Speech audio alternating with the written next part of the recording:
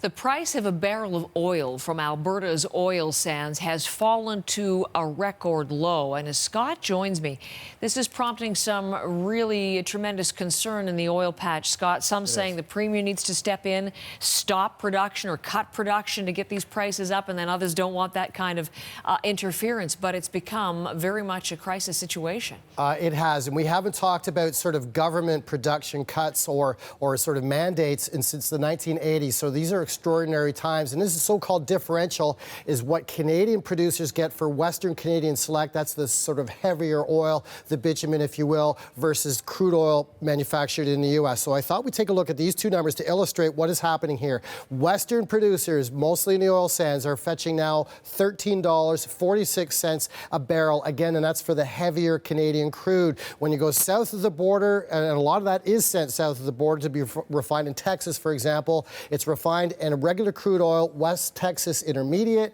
fetches $57.25 a barrel. The difference between those two prices is $44. And according to a lot of people in the industry, Cenovus CEO, for example, says that cost the Canadian economy so far this year in lost revenue about $13 billion or $50 million a day because we are not refining our oil to the crude oil standards. Some of the reasons here that we've been talking about for the last few weeks anyways, there's a backlog in Western Canada. The refineries are full, or I should say the storage facilities are full, the pipelines are full.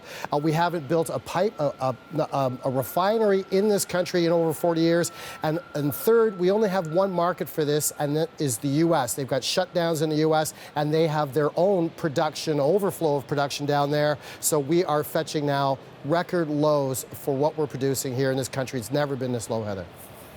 So, as I said, lots of people looking at what to do about the situation. What are some of the options, Scott? Yeah, some of the options for Rachel Notley, the Alberta Premier, are pretty tough. The industry is approaching her and saying, is it possible that there could be some sort of mandate, some sort of government regulation as to who pumps what and at what price? And this is a controversial thing that harkens back to the 1980s, like I said. But here's Rachel Notley sort of juggling this question as to what she's going to do.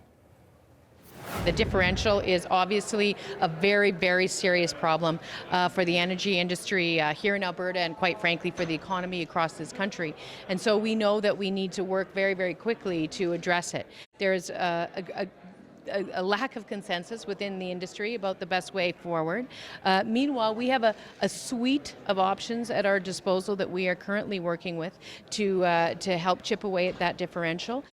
And that differential, we're going to hear more about that going forward because, again, this is a controversial position that she finds herself in because this has not happened, any kind of government regulation or stepping in as an oversight since the 1980s when Peter Lougheed made provisions to cut production against the National Energy Strategy. So some interesting times, and the story will just be developing, Heather. Okay, Scott, thanks. We'll keep a watch with you on the market numbers, too, and those oil prices as the day goes on.